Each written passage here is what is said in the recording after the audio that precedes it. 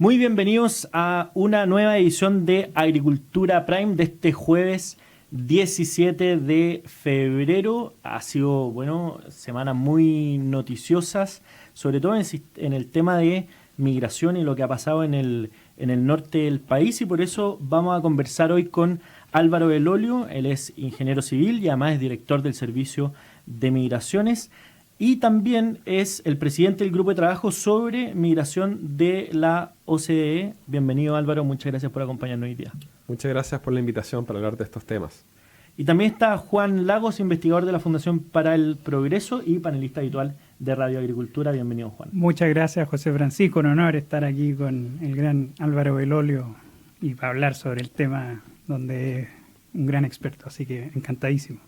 Oye, abramos el debate con una cuestión más general, porque obviamente esto tiene muchas aristas, muchas derivadas prácticas, el tema migratorio, sobre todo lo que ha pasado en los últimos días en el país, pero intentemos salirnos un poco de la contingencia más reciente y analizar el problema un poco más en su conjunto, porque esta oleada de migraciones históricas que ha vivido Latinoamérica, provocado por la dictadura de Nicolás Maduro, es una cuestión que no habíamos visto antes, me parece, y que también ha generado tensiones no solamente en Chile, sino que en otros países de Latinoamérica. ¿Cómo está el panorama general, Álvaro Belolio, en ese sentido, producido por esta situación? En general, las migraciones en sí mismas no son buenas y malas. Y también los flujos migratorios han existido prácticamente en toda la historia. Pero cómo se manejan y en qué tiempo ocurren es el tema fundamental. En el caso chileno, por ejemplo, en menos de 5 años entraron como turistas y se quedaron 1 millón de extranjeros. Y eso genera cierta tensión o ciertos cambios demográficos, de acceso a servicios y otros. Y a nivel regional es lo mismo. O sea, poco se habla, por ejemplo, del problema de origen, pero en Colombia tienes cerca de 2 millones de ciudadanos venezolanos, tienes en Ecuador más de 200.000, tienes en Perú más de 500.000, en Chile estamos cerca de los 500.000, en otros países hay más o menos número. Y también las medidas han sido bien impactantes. O sea, que México, con un presidente de izquierda, haya puesto un visado consular de turismo para detener la migración venezolana para que no siga subiendo hacia Estados Unidos, te muestra que efectivamente a nivel regional se están tomando medidas y están viendo ciertas condiciones para hacerse cargo de esta realidad. Ahora bien, claro, los ciudadanos venezolanos y en general los migrantes siempre van a elegir el lugar donde creen que van a tener mejores oportunidades, pero también el lugar que les ponga menos barreras o que sea más fácil ingresar. Por lo tanto, tomando en cuenta estas dos consideraciones, van migrando. Naturalmente, el lugar más simple es Colombia. País fronterizo, país que le entrega un visado especial por 10 años, pero pasa que la gran mayoría de los extranjeros venezolanos que ingresa a Chile de forma clandestina lleva en promedio cerca de 2 años viviendo fuera de Venezuela, viviendo en Colombia, viviendo en Ecuador, viviendo en Perú. Y las razones que llega a Chile, y nosotros lo entrevistamos y tenemos los datos, es porque por oportunidades laborales. Principalmente trabajan de manera informal, en aplicaciones de reparto, en el comercio informal, y también poco se comenta sobre este tema.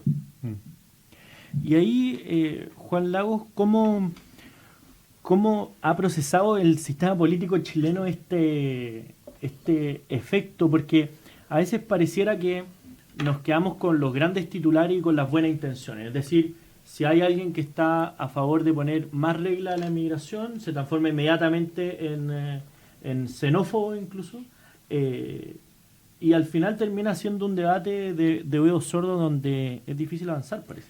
Sí, exactamente. Y muy en la línea con lo que decía Álvaro, lamentablemente el problema político venezolano es uno que no se puede solucionar por vía migratoria. Es decir, Venezuela es un país que en su momento, no sé cuántos tiene ahora, ¿no es cierto?, pero es de 33 millones de habitantes. Por lo tanto, la necesidad de los venezolanos supera con creces las capacidades de ayuda que puedan tener los países vecinos. Y por lo tanto, ese resulta ser un tema que nunca, yo creo que hay que dejar de lado.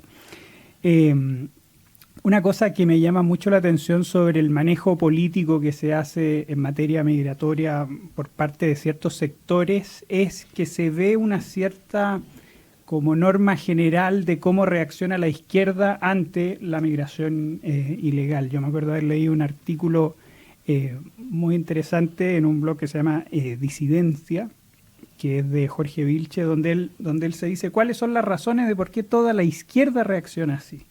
Y ahí, entre otras cosas, decía, bueno, el internacionalismo puede ser una cosa, otra cosa puede ser esa facilidad de poder ponerle un mote al contrario, es decir, el que no esté de acuerdo conmigo es un racista.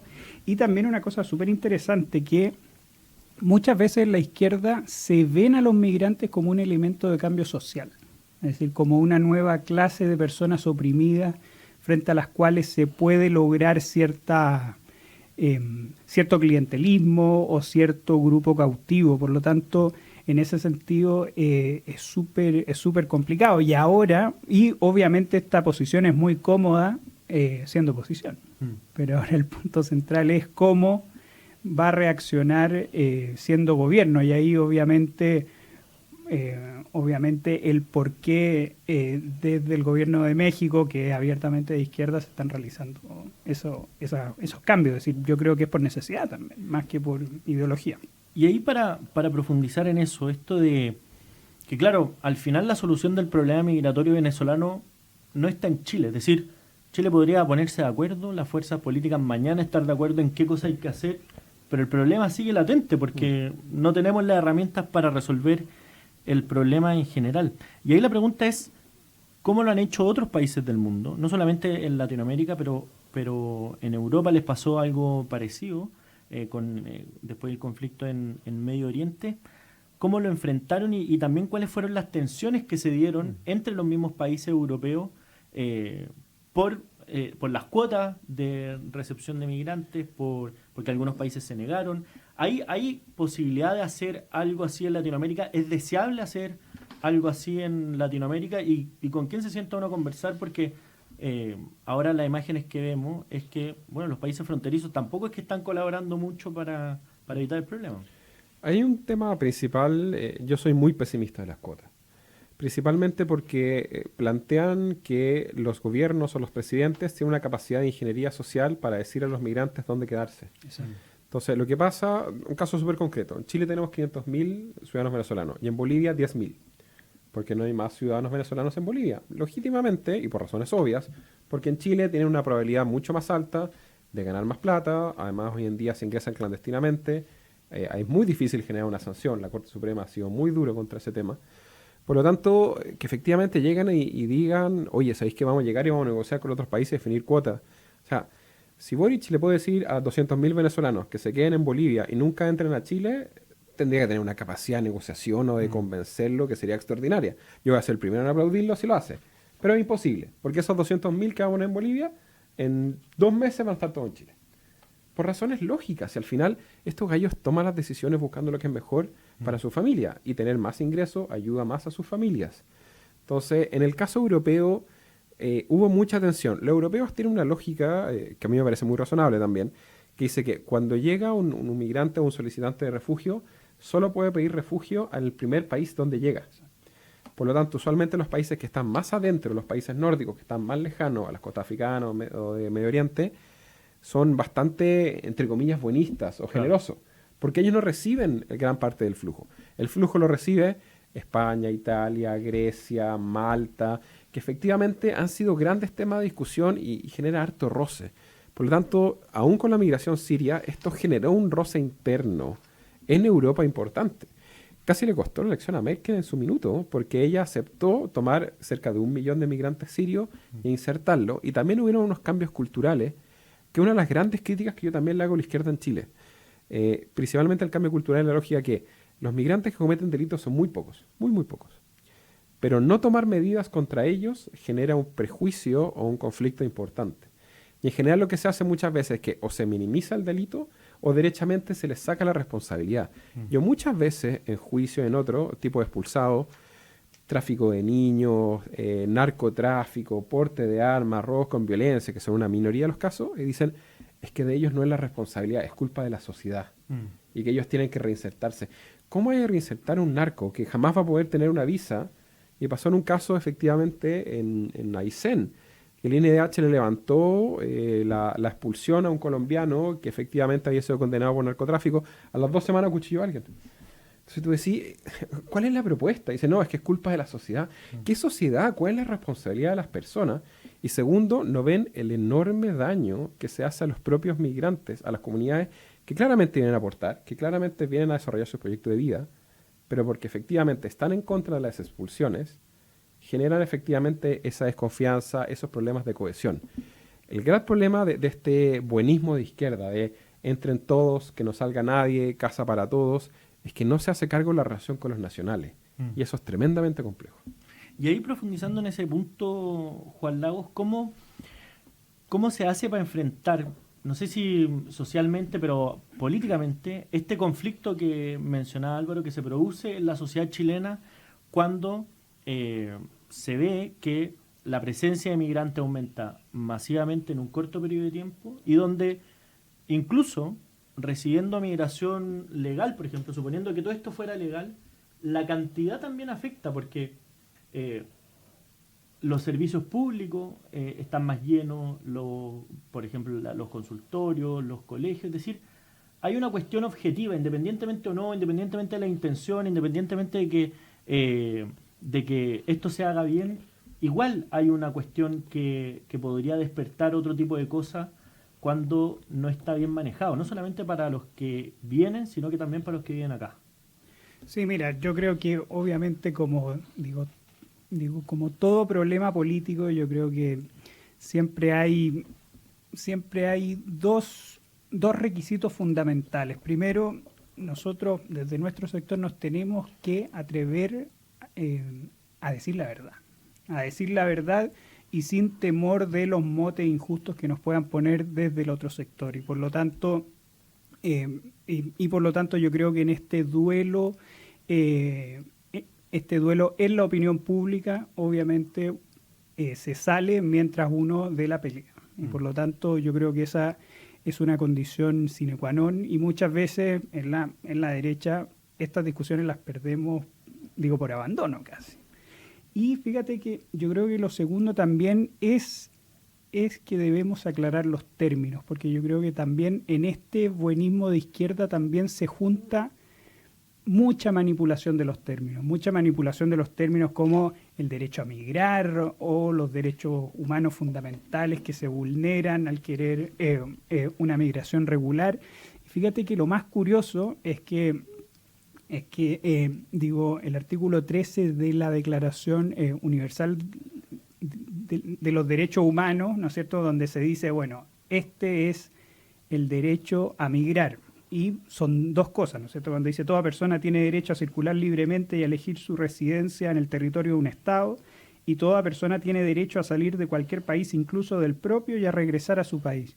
Y ahí es donde se da lo más paradójico, porque han sido en los regímenes de izquierda donde más se ha vulnerado el derecho a migrar como lo establece la Declaración Universal de los Derechos Humanos. Por lo tanto, yo creo que desde un punto de vista político esas dos condiciones son sumamente importantes. Y ahí, ¿cuál es el problema político que se produce, Álvaro, cuando se niega esta realidad compleja? Cuando se dice, mira, principalmente en el debate público, aquellos que se están oponiendo, aquellos que están poniendo trabas, tienen este carácter xenófobo, no respeta los derechos humanos, y ahí estamos llenos de cuña, ¿verdad? Nadie es ilegal, y cuestiones que apuntan a infantilizar el debate, cuando muchas veces quienes promueven este tipo de cosas no son quienes pagan las consecuencias, porque hay algunos datos, pero en algunas comunas de Santiago incluso, cerca de la mitad de la población que vive en esas comunas ya son migrantes, es decir, eso impacta socialmente. Yo creo que ahí hay dos temas y yo siempre trato de hacer dos preguntas cuando empiezan con los eslogan o las otras condiciones, que dejan muy de manifiesto cuáles son las posiciones, y yo creo que es una decisión que tenemos que tomar a nivel de país. La primera tiene que ver con, ¿debe Chile recibir a todo migrante que quiera venir? Y es una pregunta súper estratégica. Hay 8 millones de migrantes latinoamericanos que no tienen trabajo. Los 8 millones probablemente en cierto nivel tienen intenciones de venir a Chile. ¿Tenemos que dejar entrarlo a todos? Porque hay algunos que derechamente dicen sí. Los que van a la defensa de esta lógica de la migración sin restricción o el derecho, dicen, tienen que entrar todos. Que fue un poco lo que pasó en el 2017. En 2017 entraron a Chile como turistas 130.000 ciudadanos haitianos y 180.000 ciudadanos venezolanos. 310.000 en un año. En el mes de diciembre del 2018 entraron como turistas 39.000 venezolanos. Toda la suma de todos los ingresos clandestinos del año pasado de ciudadanos venezolanos equivalían a un mes de ingresos como turistas. O sea, finalmente, si miramos la magnitud del tamaño de la irregularidad, ahí hay una definición. Yo personalmente creo que no. Creo que en Chile no debe recibir no a todos los migrantes, pero sí establecer una priorización que sea súper clara y conocida. Para mí, priorización número 1, reunificación familiar. O sea, yo creo que es fundamental el respeto a la familia, entender el concepto de familia nuclear en esas condiciones. Y número 2, también ver cuáles son las necesidades del país, las necesidades regionales. Si Chile tiene mucho que agradecer a los extranjeros en sus desarrollos regionales. Entonces, profesionales de la salud, programadores u otros. De hecho, lo que pasa con los médicos y el colegio médico es muy interesante, muy curioso. Porque el colegio médico firmó una propuesta donde pide, número 1, turismo laboral. O sea, volver a lo que había con los ciudadanos haitianos, que todos entraban como turistas y pidieran visa.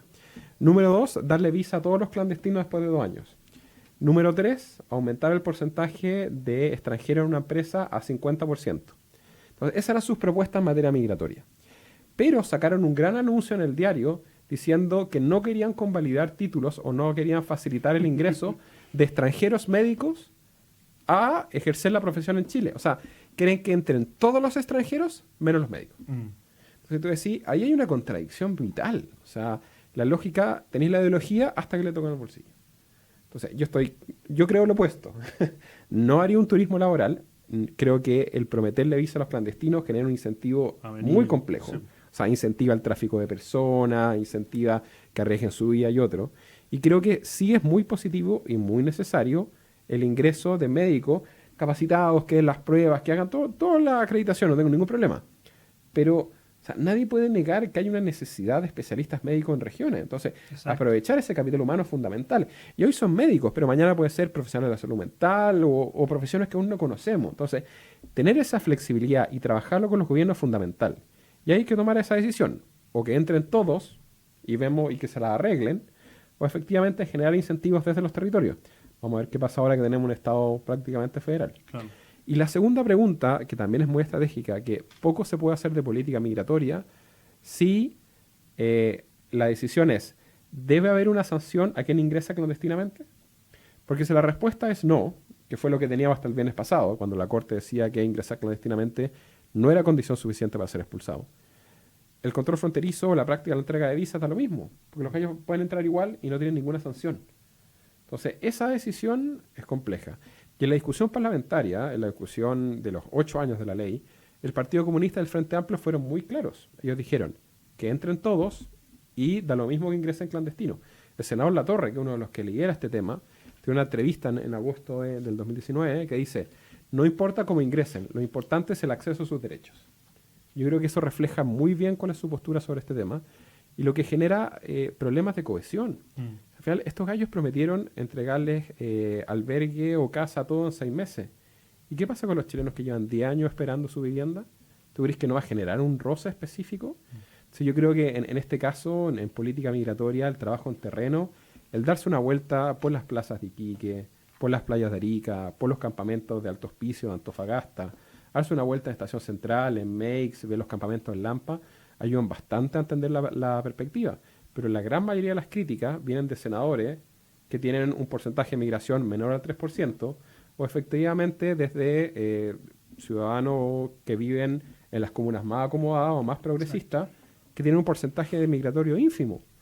Entonces, yo creo que la lejanía de la realidad está afectando a nacionales y a extranjeros.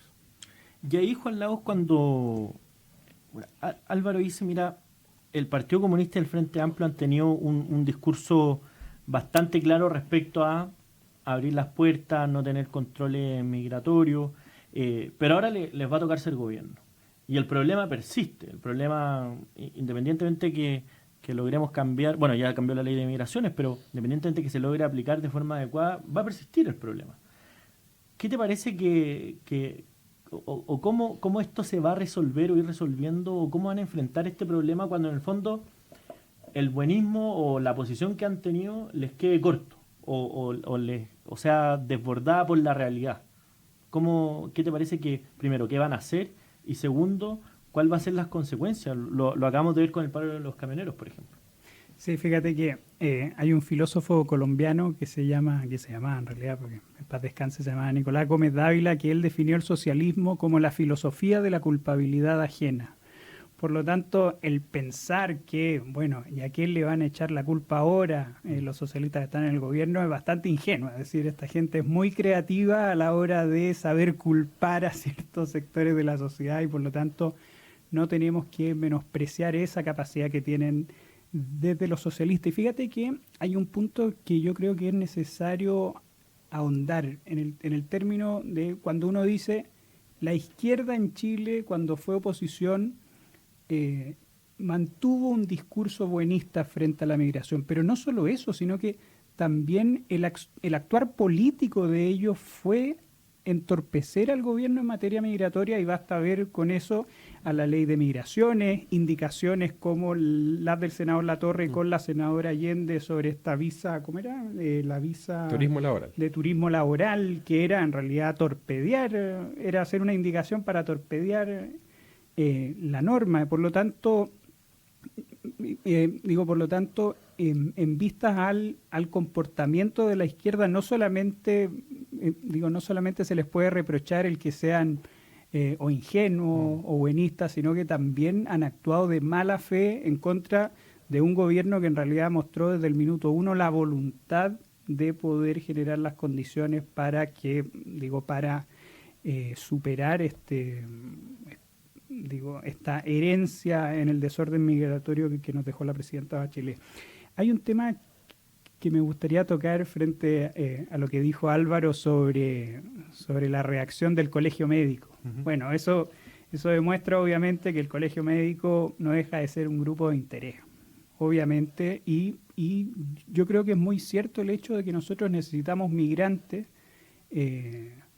Y fíjate que se da una cosa muy curiosa, el tema del EUNACOM. El EUNACOM es la prueba que hacen los médicos, ¿no es cierto?, para poder estar en el sistema público de salud.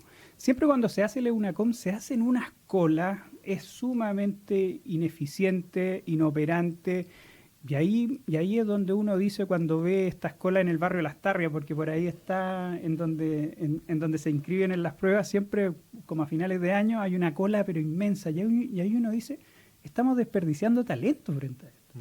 Estas personas podrían, por ejemplo, empezar a hacerlo de una en los consulados, o no sé, o de un modo mucho más ordenado para, en lugar de tener unas colas inmensas de cuadras de talento, bueno, empezar a distribuirla en las diversas regiones, que obviamente todos sabemos que se necesitan muchos especialistas. Y ahí va un punto central también en la forma de ver políticamente este problema, que es que el hecho que el mandato de un gobernante es el bien común de tu país, no es el bien común mundial, no es generar las condiciones, porque obviamente eso es una carga bastante imposible. Es como si en una casa un padre dijera, mira, en realidad más que mi deber de mantener mi hogar es mantener el barrio entero. No, eso es completamente absurdo y por lo tanto el pensar en esa lógica y no poner el bien común del país en primer lugar como tiene que ser, yo creo que también resulta ser algo bastante complicado.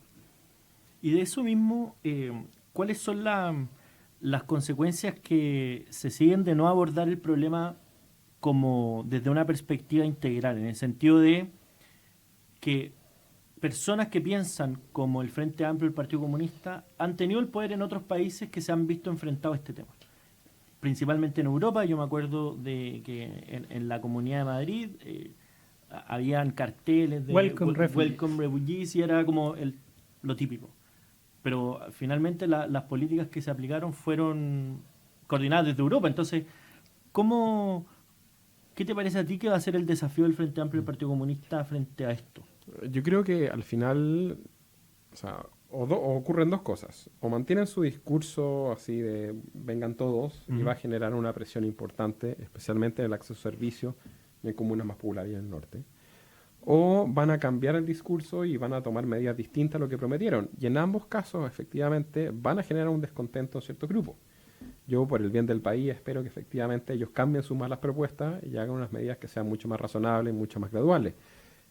Pero claro, por ejemplo en Estados Unidos ha pasado que son gobiernos demócratas que han tenido unos niveles y una cantidad de expulsiones mucho más altas que gobiernos republicanos, o que finalmente no cambiaron las políticas, las cuales fueron promesas de campaña.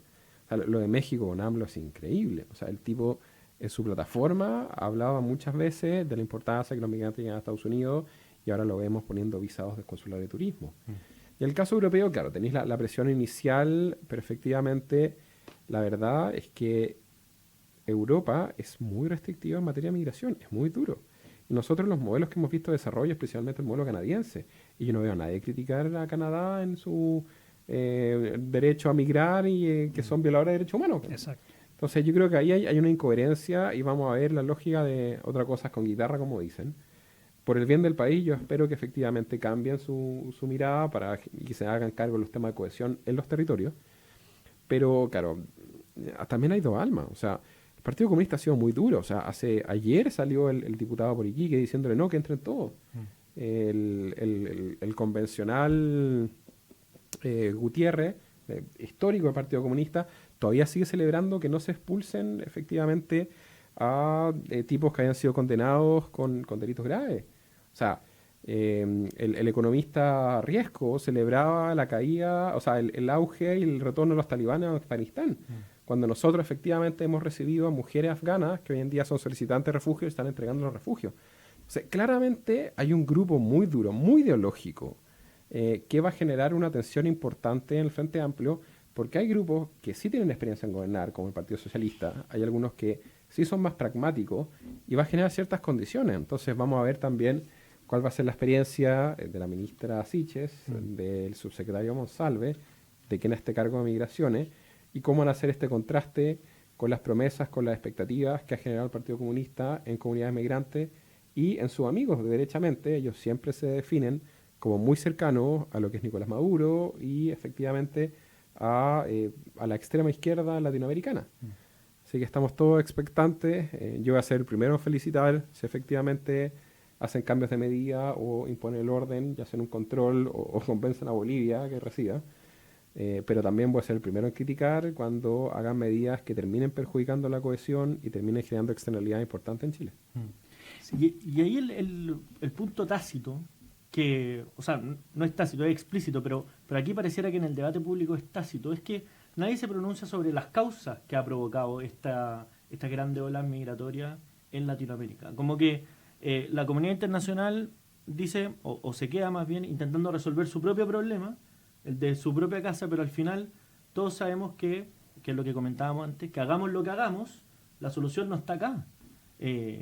¿Cómo te parece que va a manejar la izquierda eso cuando grupos importantes del gobierno de Boric son pro Maduro, lo han apoyado públicamente? Un discurso distinto ha tenido el presidente electo, pero miembros de su coalición lo apoyan cuando les toque llevar el toro por la asta e intentar controlar este problema. Sí, fíjate que hay un punto muy interesante y es que en la discusión pública muchas veces nosotros nos preguntamos qué es lo que tiene que hacer el gobierno, por ejemplo. Y ahora, bueno, ¿qué era lo que tenía que hacer el gobierno del presidente Piñera? ¿Qué es lo que tendrá que hacer el gobierno del presidente Boric?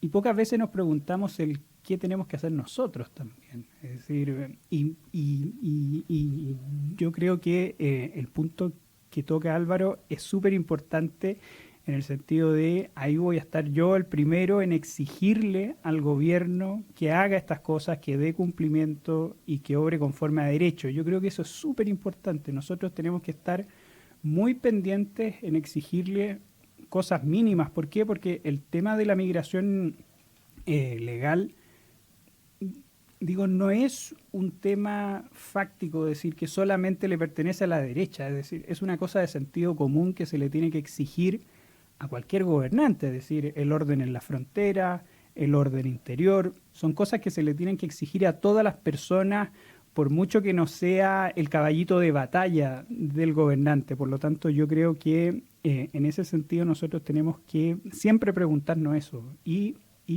siempre reivindicar el hecho de que estas son cosas de sentido común y son cosas de bien común y por lo tanto todos los gobernantes y todos los funcionarios públicos tienen el deber de cumplir y hacer cumplir la ley.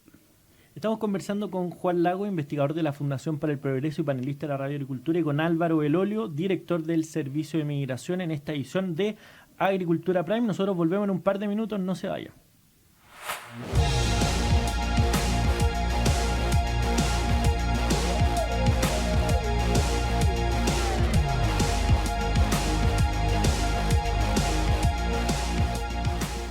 Y ya estamos de vuelta en esta edición de Agricultura Prime del jueves 17 de febrero, conversando con Álvaro Elolio, director del Servicio de Migraciones, presidente también del Grupo de Trabajo sobre Migración de la OCDE, y Juan Lagos, investigador de la Fundación para el Progreso y panelista de la Radio Agricultura. Estábamos conversando sobre el problema migratorio más general que había pasado en el resto de los países, cómo se le plantea el desafío a la izquierda ahora que va a asumir el gobierno frente a lo que han dicho. Y ahí un tema para aterrizarlo más a lo que está pasando en la actualidad, Álvaro, es que vemos este problema un tanto desbordado, con las consecuencias lamentables que hemos visto en algunos casos.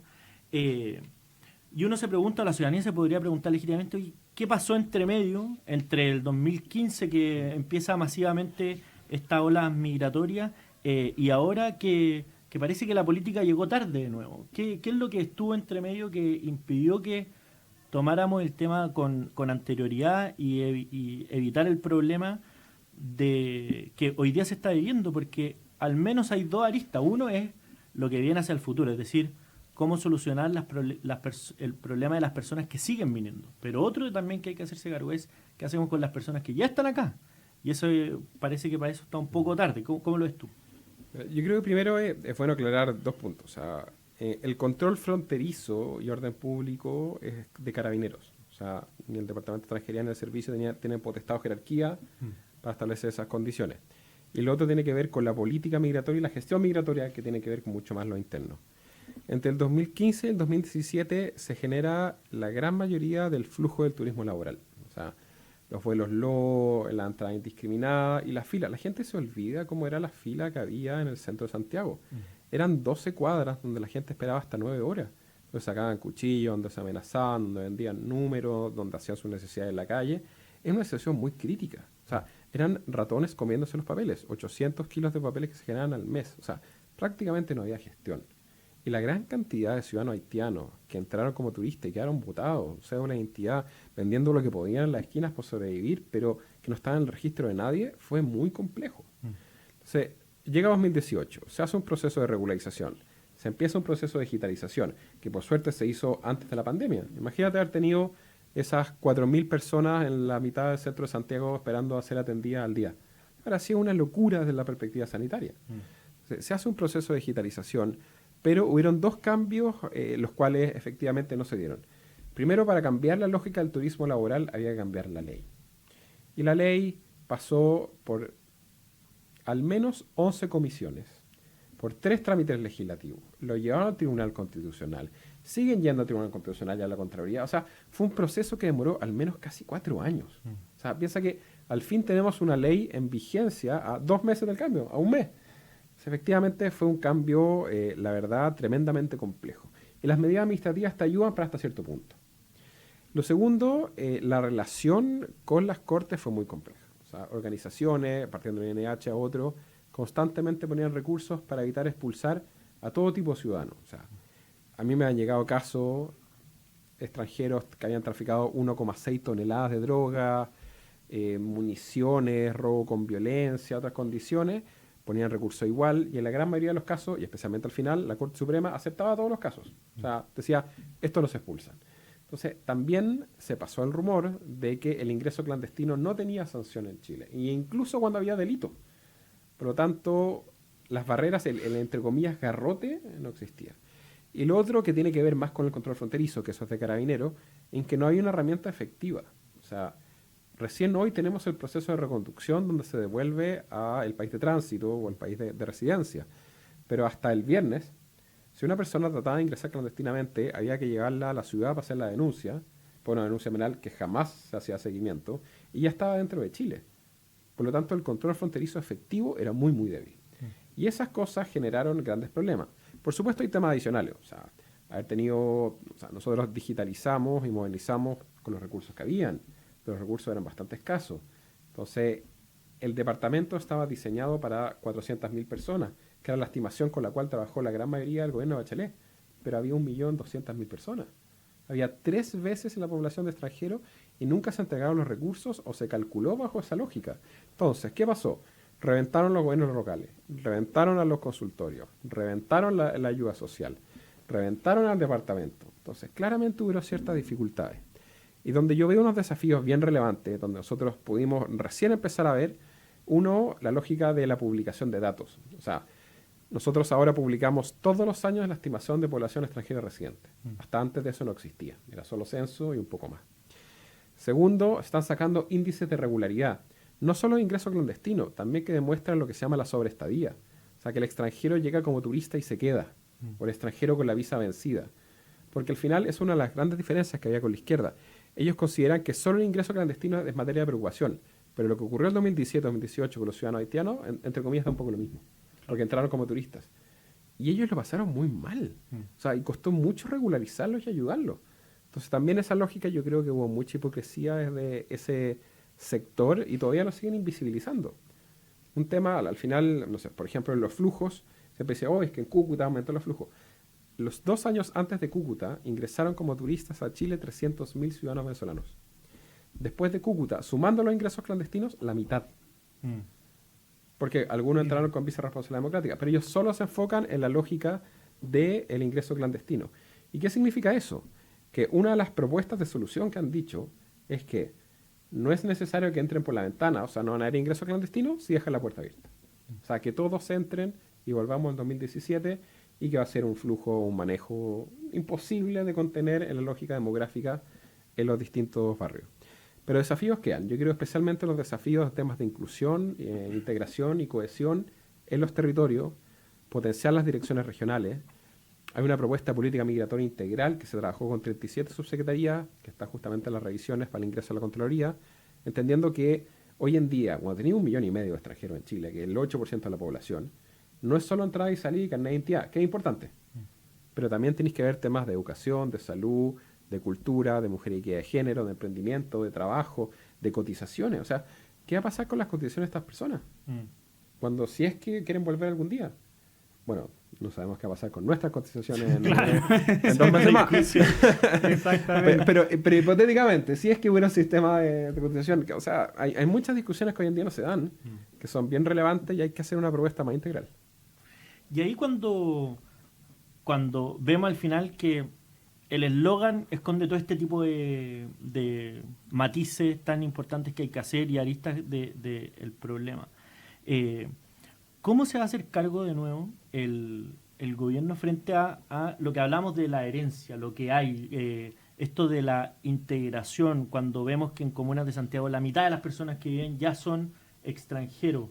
Eso genera un problema social, además sobre todo llevándolo al área más penal, que obviamente, claro, llama más la atención y al menos ha sido más noticioso este tipo de delitos distintos cometidos por extranjeros. Habría que ver también los números para ver si esto es real, pero sí tiene más impacto en los medios de comunicación. Por ejemplo, hoy día mismo una denuncia de trata de blancas en Rancagua. ¿Cómo se hace eso para que en el fondo no se genere un conflicto social tan grande que ya sea inevitable? Sí, es muy interesante el tema de la pesada herencia, porque en realidad, digo, lo que recibió este gobierno fue una herencia demasiado pesada. Es decir, digo, solamente yendo a los números, en el año 2006 habían el número y porcentaje de la población nacida fuera de Chile eran 154.643 personas, el 1% de la población. Y en el año 2017 de 150.000 pasó a 777.000 personas, es decir, el 4,4% de las personas en Chile habían nacido fuera de Chile. Por lo tanto, eso es un fenómeno sumamente complejo y más encima con el adicional, con el adicional de lo que pasa con la migración haitiana, porque uno puede ver, por ejemplo, yo durante ese tiempo viví en la comuna de Cerrillos, que en realidad ya hay barrios ya muy organizados con panaderías colombianas, con restaurantes venezolanos, y ahí uno se da cuenta que el problema de el asimilarse de un colombiano y un venezolano con un chileno no es tan complejo. No es tan complejo, tenemos el mismo idioma, culturas muy parecidas, quizás, no sé, yo creo que las discrepancias se pueden dar en cosas de carácter, en cosas de trato, pero nada más. Pero en cambio, el gran problema que pasó con la migración haitiana es que habían personas que ya tenían una barrera en el idioma. Absolutamente complejo. También se empezaron a dar fenómenos muy distintos que ya nosotros ya pensábamos superados. Por ejemplo, enfermedades que nosotros ya las teníamos erradicadas desde los años 80. Volvieron. Fíjate que yo tengo dos primas que trabajan en el hospital para niños, en el hospital público para niños, que es el Ezequiel González Cortés. Y fíjate que en ese tiempo le llegaban el caso de niños que se quemaban con hervidores eléctricos, subió pero exponencialmente. ¿Por qué? Porque la población en Haití no tenía la costumbre de calentar el agua en hervidores eléctricos y se daban miles de accidentes con productos eléctricos. Entonces el choque cultural fue tremendo, fue realmente fuerte, y obviamente en Ñuñoa, en Providencia, esas cosas no se ven, pero como bien dijo Álvaro, esas cosas se ven en Estación Central, esas cosas se ven en Maipú, esas cosas se ven en Cerrillo. Y para qué hablar yo en otras ciudades donde ya no solamente es complicado el flujo migratorio, sino que también el número de personas. Es decir, uno cuando dice, mire, la estación central está colapsada, bueno, siempre ha existido mucha gente en la estación central, pero cuando uno dice en Iquique, había tanta gente en Iquique, el choque cultural ya en el número de personas es tremendamente fuerte. Y ahí fíjate que una de las cosas que me encantaría en el futuro es ver las responsabilidades sobre la migración ilegal en esa época. Yo creo que es una cosa súper importante. Y justo me estaba acordando de una entrevista al principio del gobierno del presidente Piñera que le hizo Tomás Mochati a Juan Pablo Letelier, porque justo una de las grandes cosas que hizo Álvaro, podríamos decir, en realidad fue el tema de controlar ese tráfico de personas aéreo. Es decir, y fue una de las cosas que se hizo desde el minuto uno. Y ahí fíjate que que Mochati le pregunta una cosa, le dice, ¿esto de Haití fue una falencia del gobierno anterior? Y Juan Pablo Letelier dice lo siguiente, dice, yo creo que fue una opción de la presidenta Bachelet frente a un país que estaba sufriendo calamidades como Haití, de generar una mano solidaria con una comunidad muy afectada, pero llega un punto en que Chile debe decir hasta aquí podemos llegar. Entonces, lo que quiere decir el senador Letelier es que fue una opción deliberada del gobierno de la presidenta Bachelet. Yo creo que esa es una cosa que en realidad nosotros tenemos que aclarar. Que en realidad tenemos que saber, porque yo creo que en la clase política vuelve la responsabilidad, ¿no es cierto?, cuando esta empieza a tener costos. Y por lo tanto yo creo que hay que generar los incentivos para que la clase política actúe de forma más responsable. Y esto que plantea Juan Lagos, Álvaro Belolio, ¿cómo se materializa en lo concreto, por ejemplo, en que cuando veíamos esta diferencia de los migrantes o la dificultad de sincronizarse culturalmente con los chilenos, y vimos, por ejemplo, que hubo una ola de migración a Estados Unidos de haitianos, donde tenían carnet chilenos, por ejemplo. Este tipo de migraciones, por ejemplo la de los haitianos, ¿llegó definitivamente? ¿Imposible saberlo? ¿Hay algún antecedente? ¿Y cómo se plantea esta diferencia que dice Juan respecto a la diferencia también de cómo entraron unos, cómo están entrando otros, y la posibilidad real y concreta de adaptarse rápidamente a Chile? La migración haitiana prácticamente se congeló una vez se terminó poner el visado de turismo a Haití. Por eso encontré tan curioso que fuera al Tribunal Constitucional para tratar de votar esta visa, principalmente el Frente Amplio del Partido Comunista. Y también fueron después, con la ley de migraciones, fueron de nuevo al Tribunal Constitucional para tratar de votar la potestad que los gobiernos pudieran pedir visa, o sea, poner visas de turistas. O sea, ahí efectivamente, tú lo decís, cuál es la expectativa. Si al menos con el caso de los haitianos, 2 veces fueron al Tribunal Constitucional para tratar de eliminar esa facultad. Las 2 veces perdieron, por suerte. Pero efectivamente te demuestra un poco cuál es la lógica o la visión que tienen sobre estos temas. Sobre el caso específico, bueno, el tema de responsabilidad en política pública, el no tomar medidas es una política pública. O sea, eso hay que tenerlo súper claro en ese sentido. Y sobre las expectativas de lo que se viene o esta responsabilidad de la carga, yo estoy de acuerdo. O sea, va a haber cierta responsabilidad, va a haber cierto grado. Hasta qué punto influyen distintas variables va a ser bien relevante. Pero vamos a ver, y a mí me interesa mucho, por ejemplo, cuál va a ser la perspectiva en materias de vivienda, por ejemplo. Porque la ley establece ahora que se puede fiscalizar en materias de arriendo y subarriendo abusivo. Pero a mí me cuesta entender hoy cómo van a ofrecer una solución de albergue o de vivienda a 100, 200 mil migrantes en 6 meses. ¿Y cómo la financian? Entonces yo creo que esas dudas son bien relevantes. Ellos han dicho que organismos internacionales, pero organismos internacionales no entregan así de un día para otro. Y la gran mayoría de la recaudación que hacen los organismos internacionales es para financiarse ellos mismos. Entonces, yo creo que ahí va a ser bien relevante y yo estoy muy expectante para ver en los próximos meses cuáles van a ser los siguientes pasos, las siguientes medidas. Y ti, Juan, respecto a los organismos internacionales, pero también a la sociedad civil, que hemos visto algunos actores que son más bien pro migración, esto de incluso la ONU y la ACNUR, que es la encargada de este tipo de cosas, cuando dan este tipo de declaraciones que parecieran, no sé, militantes del Frente Amplio, cuando dicen no, bienvenidos todos, nadie ilegal, con las mismas frases, e incluso, por ejemplo, el Servicio Jesuita de Migrantes poniendo estos recursos para evitar la expulsión de gente que comete delito, que entra ilegalmente al país. Yo creo que eso ya está un poco más trabado, o cómo lo ves tú cuando, bueno, de nuevo, tengan el desafío de que gente que piensa como ellos llegue al gobierno y esté obligado por ley a aplicar las mismas sanciones que tanto han criticado ahora que son oposición.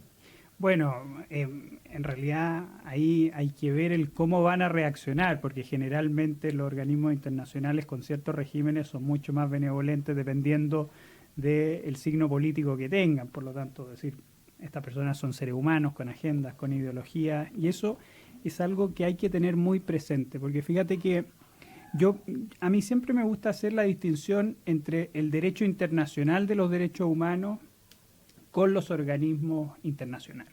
Es decir, el derecho internacional de los derechos humanos es una bendición, yo me atrevería a decir. Es decir, el hacer un esfuerzo intelectual por reconocer la dignidad de todas las personas por el solo hecho de pertenecer a la especie humana, yo creo que es un logro civilizatorio increíble, ¿ya?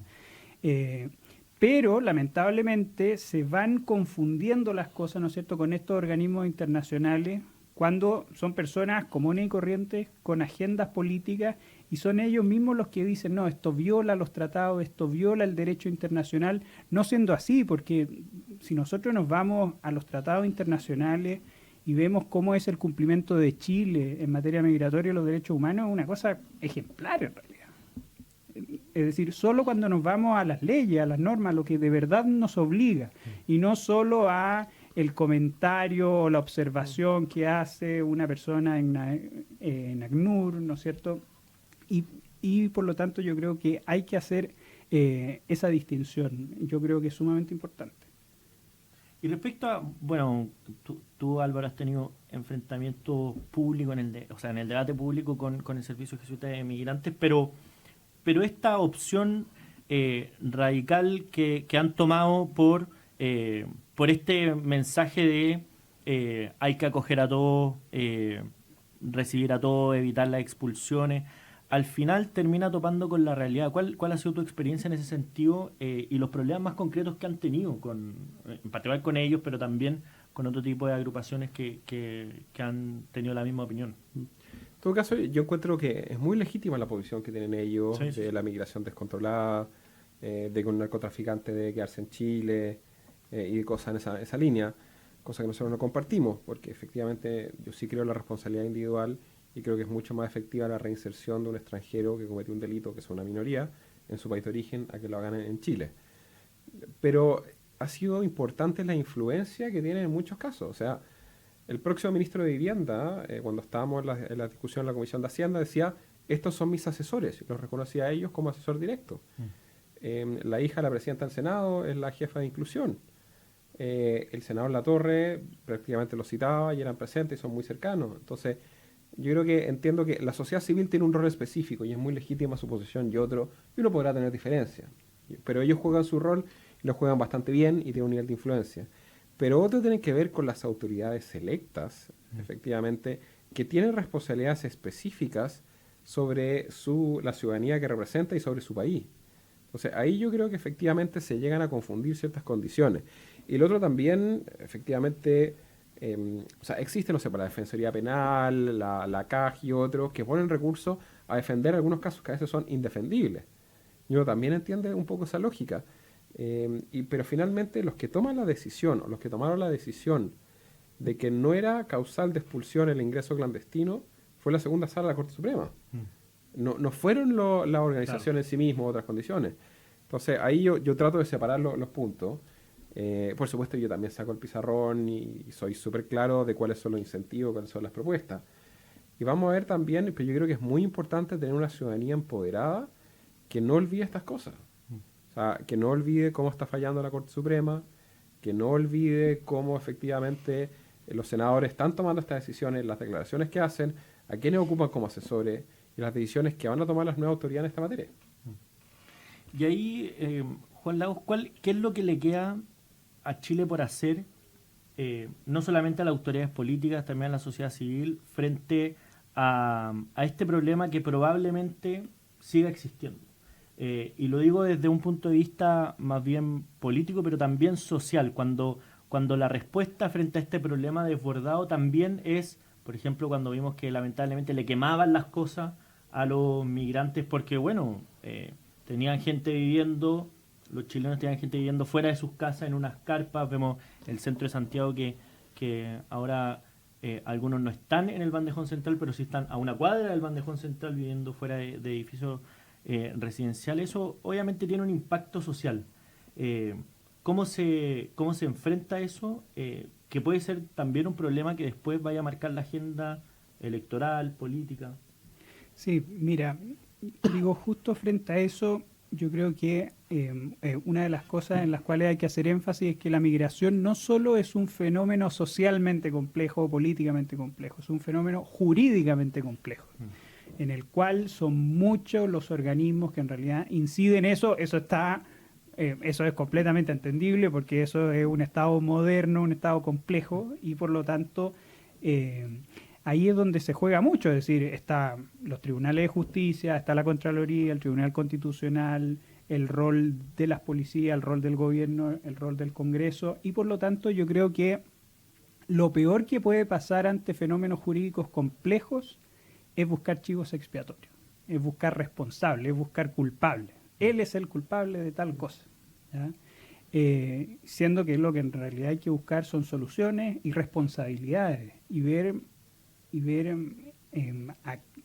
a cuántos organismos le cabe tales responsabilidades y ser muy inteligente en eso. Yo creo que tenemos que tener la capacidad de poder incidir en la opinión pública realizando esas distinciones, es decir, juzgando a Carabineros, a la Policía de Investigaciones cuando corresponda, juzgando a Contraloría en sus tomas de razones cuando corresponde, juzgar a la Corte Suprema cuando corresponda. Yo creo que eso es muy importante y yo creo que el peor enemigo de eso es generar chivo expiatorio, es generar culpables absolutos en fenómenos tan complejos como este.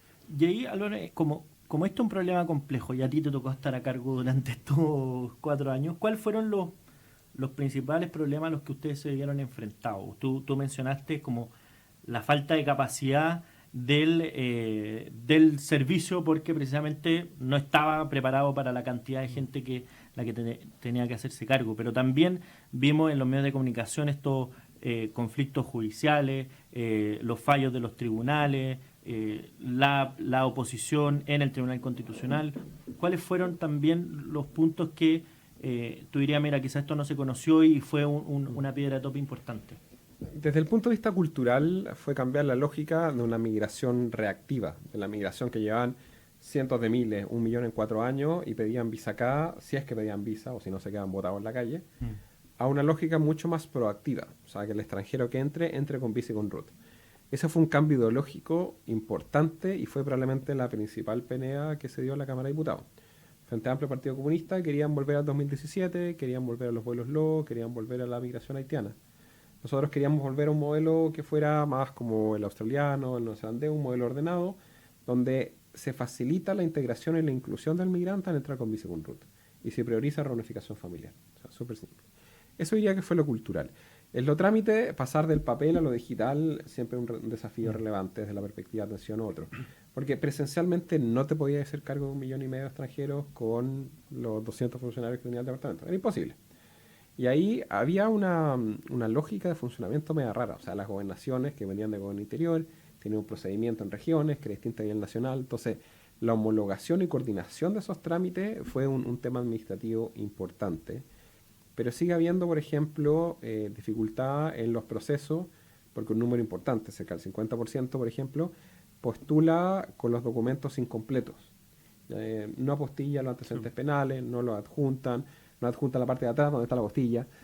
Temas que son así, y se les da 5 días para subsanar, y el plazo que está definido por la ley es bastante corto, entonces generan la carga que a veces un funcionario, una analista, tiene que realizar 2, 3 veces el mismo trámite. Eso efectivamente te hace un costo adicional. Para nosotros lo mejor sería que el trámite viniera así limpiecito y saliera a la primera.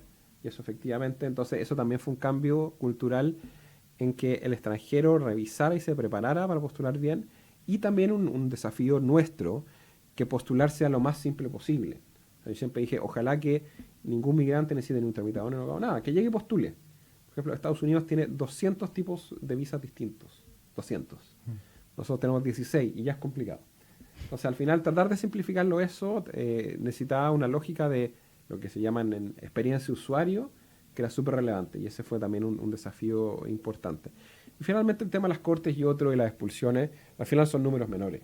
La gran discusión fue en la lógica de cómo generar los incentivos. Y ahí son las dos grandes preguntas que siguen estando patentes y que no hay un consenso a nivel nacional. Yo estaba en otra entrevista y me decía, no, si hay consenso. Y yo, créeme que no. Y la primera es, ¿debe entrar todo extranjero que quiere venir? Sí, no. Y debe haber una sanción a quien ingrese clandestinamente. Y esas dos preguntas van a definir lo que es la política migratoria en los próximos 5 años. Álvaro Del Olio, director del Servicio de Migraciones, muchas gracias por habernos acompañado en esta edición de Agricultura Prime. También a Juan Lagos, investigador de la Fundación para el Progreso. Encantado. Y panelista de Radio Agricultura. A ustedes muchas gracias por habernos acompañado en esta edición de hoy. Nos vemos en el siguiente capítulo de Agricultura Prime. Nos vemos, que estén bien.